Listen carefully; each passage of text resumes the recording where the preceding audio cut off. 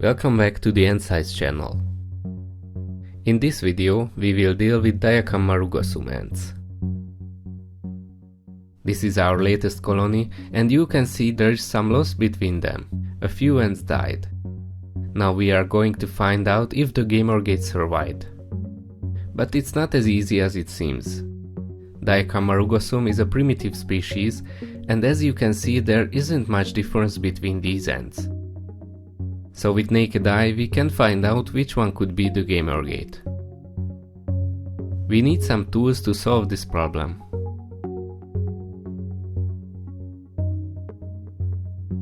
I have prepared a petri dish for them, so we can put them in it carefully. The edge of the petri dish is covered with escape prevent oil, so they can't go through it.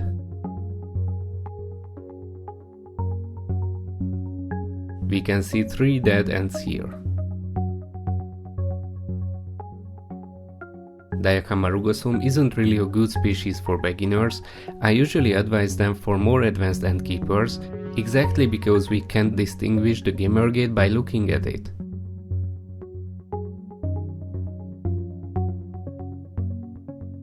So first we are going to examine these dead specimens. Then we will look for the gamergate if she isn't among them. We need a magnifying glass. This one is a 30-fold magnifier, but maybe a 20-fold magnifier might be enough too. We have no chance to see it with the naked eye, and I don't think a 10-fold magnifying glass is enough. So we use this 30-fold magnifier. I always use this one in the field.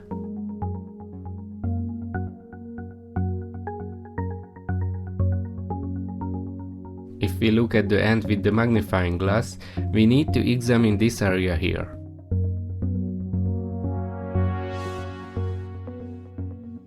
At the center of the thorax,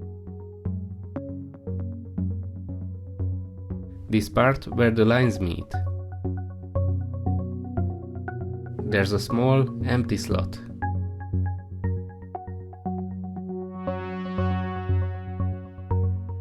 Let's see the another side. There is a small dimple on that part.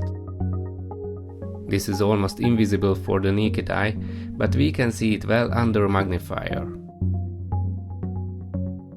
So this one was a worker. But what about the others? On the second one there's also a pit. Other side? Same here. She also was a worker. And the last one? Yeah, there you can clearly see this small pit. Okay, alright. So the gamergate is alive, we only have to find her. Why are we scrutinizing these ants so closely? In this species, every newborn ant can lay eggs, but in the colony the active gamergate clear away this gland from every newborn ant's body, from the center of their thorax. This gland called gamergate.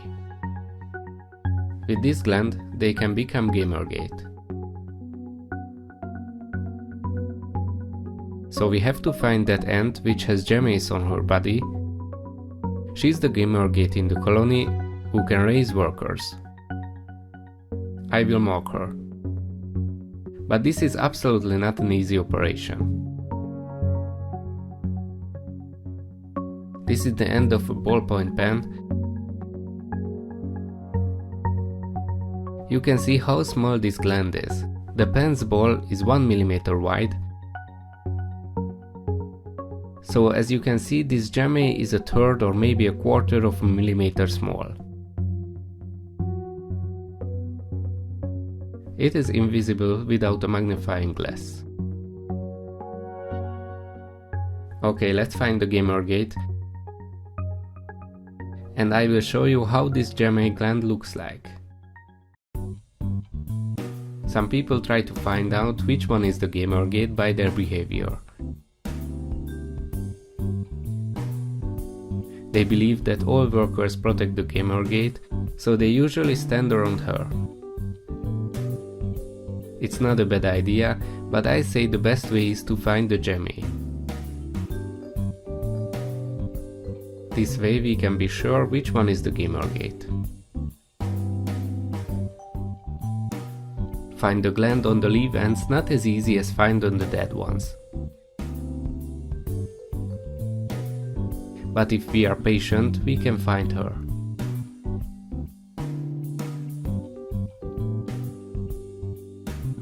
I use an easy method. If I see that an ant's gland is missing, I put her into another petri dish. So sooner or later, I will find the one with the gland. The tool used to catch the ants is the so-called Leonard tweezers. This tweezer is made of a very soft metal, so we can catch insects with it without injury. It's very soft. When I press it, it bends instead of squeezing. This tool is also used by entomologists because it doesn't damage the specimens.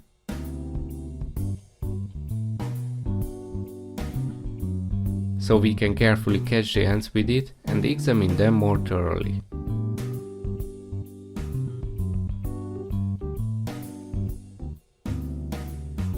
But to be safe, try to avoid their most sensitive body parts. Not press their abdomen, not hurt their eyes, and take care of their antennae, of course. I usually hold their legs if possible. If it isn't possible, the thorax could be also good because their armor a bit harder here.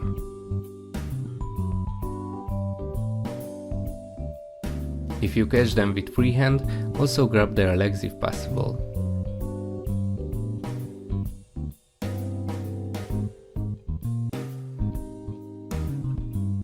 This is a stinging species, so they use their stinger at the end of their abdomen. They can attack or defend with it. Their venom isn't really dangerous. It can itch and swell a bit like a nettle sting, but it doesn't hurt as much as a wasp sting.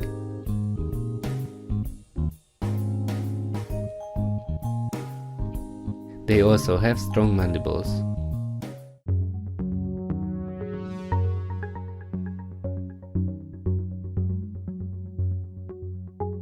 Just found the gamergate.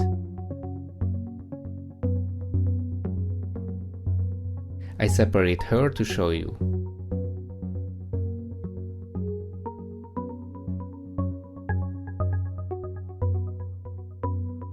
So here you can see the gamergate. Her gemme glands are well visible on the thorax. These tiny yellowish glands that shine like the amber. Otherwise, this ant looks the same as the others. I can't even say that her thorax or abdomen would be bigger than the others. The only way to recognize her is to find the gemme gland on her.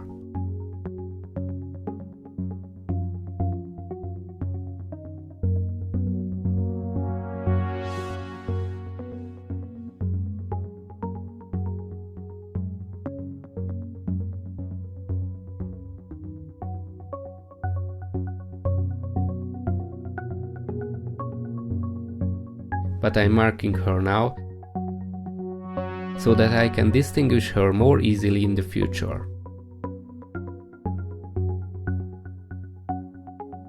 I use a white marker. I put a small dot on the thorax, or we can mark one of her legs. but it's important to mark her on a place where it doesn't obstruct her breeding. So from now we will know she's the gamergate. If an ant dies, we don't have to check them all again.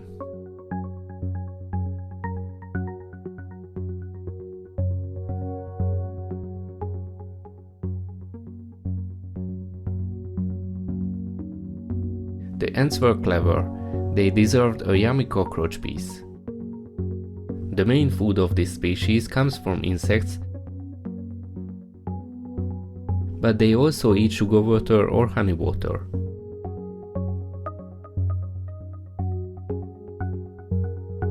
They mostly need protein to lay eggs and to grow a strong, populous colony. I also have to say, what if gamergate dies? If this happens, it's important that they have a lot of brood. The newborn ants will have jammy gland. Because gamergate is dead, we would remove it from them. So the newborn ants will be able to become the new gamergates. Only those colonies can produce new gamergate which have strong and massive brood. But sometimes it can happen that a too strong colony raises several gamergates at the same time. In this case, the team can split into two parts and even go to war with each other. I've already observed this with a previous colony. So this is not an easy to keep ant species. Although they can raise new gamergates, it isn't so easy with them. Conflicts can often occur in the colony. So this species requires a slightly more experienced ant keeper to be successful.